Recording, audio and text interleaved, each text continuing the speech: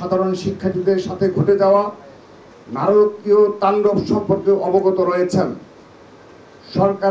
অবৈধ সরকারের আজ্ঞাবহ উচ্চ আদালত কর্তৃক চাকুরিতে নিয়োগের ক্ষেত্রে কোটা প্রথা সংক্রান্ত একটি রায়কে ঘিরে সাম্প্রতিক সময়ে বাংলাদেশের বিভিন্ন বিশ্ববিদ্যালয় ও কলেজের মেধাবী শিক্ষার্থীরা আন্দোলন শুরু করে।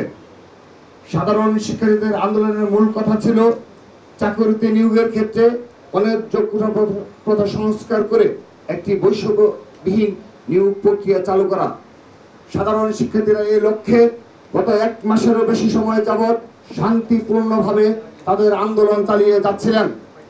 কিন্তু গত 14 জুলাই 2024 তারিখে গণচীনে একটি ব্যর্থ সফর শেষে অবৈধ প্রধানমন্ত্রী শেখ হাসিনা গণভবনে একটি সাংবাদিক সম্মেলনের আয়োজন করেন।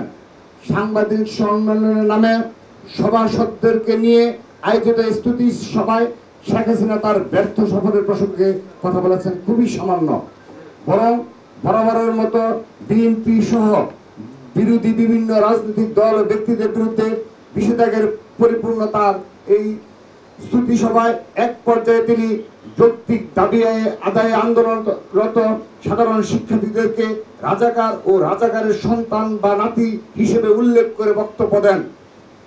তার এই অশ্লীল ও বিদ্বেষপূর্ণ মন্তব্যের প্রতিবাদে বাংলাদেশের সকল শিক্ষা প্রতিষ্ঠানে তীব্র প্রতিবাদের ঝড় ওঠে। প্রতিবাদী এসব দেশপ্রেমিক ও মেধাবী শিক্ষার্থীদের উপর গত 15 জুলাই সারা দেশের শিক্ষা প্রতিষ্ঠানগুলোতে সরকার দলীয় ছাত্র সংগঠন সন্ত্রাসী ছাত্রলীগ নারকীয় তাণ্ডব চালায়। ইতিমধ্যে হামলা ও হামলাকারীদের বিভিন্ন ছবি ও ভিডিও আপনাদের কল্যাণে বিভিন্ন প্রিন্ট ও ইলেকট্রনিক্স মিডিয়াতে প্রচারিত হয়েছে। এছাড়াও সামাজিক যোগাযোগ মাধ্যম সমূহের কল্যাণেও সারা দেশের আপামর জনসাধারণ মানুষ এ বিষয়ে অবগত হয়েছেন।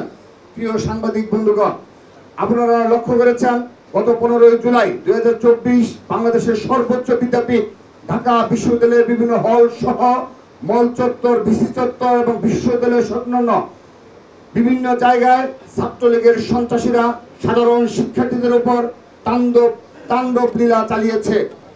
আমরা বাংলাদেশ জাতীয় ছাত্রদল গভীর উদ্বেগের সাথে লক্ষ্য করেছি যে ছাত্রলীগের এই নির্বিকার হামলা থেকে ছেলে মেয়ে নির্বিশেষে কেউ রক্ষা পায়নি। বিশেষ করে আমাদের শিক্ষার্থী বোনদের উপর ছাত্রলীগের সন্ত্রাসীরা বর্বরতম হামলা চালিয়েছে।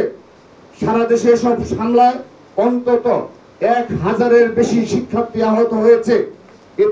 এদের মধ্যে শতাধিক নারী শিক্ষার্থী রয়েছে। কয়েকজনের অবস্থা বেশ আশঙ্কাজনক। অনেকেই এই মুহূর্তে বিভিন্ন হাসপাতালের আইসিইউতে জীবন মৃত্যুর সন্ধিক্ষণে রয়েছেন। প্রিয় সাংবাদিক বন্ধুগণ, জনগণের ম্যান্ডেটবিহীন এই অবৈধ সরকারের অবৈধভাবে ক্ষমতা দখল করে রাখার গত 15 বছরে বাংলাদেশের শিক্ষা প্রতিষ্ঠানগুলোতে ছাত্রলীগ ত্রাসের রাজত্ব কায়েম করেছে। রাষ্ট্রের সকল অন্যায় অত্যাচারের পক্ষে এই সংগঠনটি লাঠিয়ালের ভূমিকা পালন করে যাচ্ছে।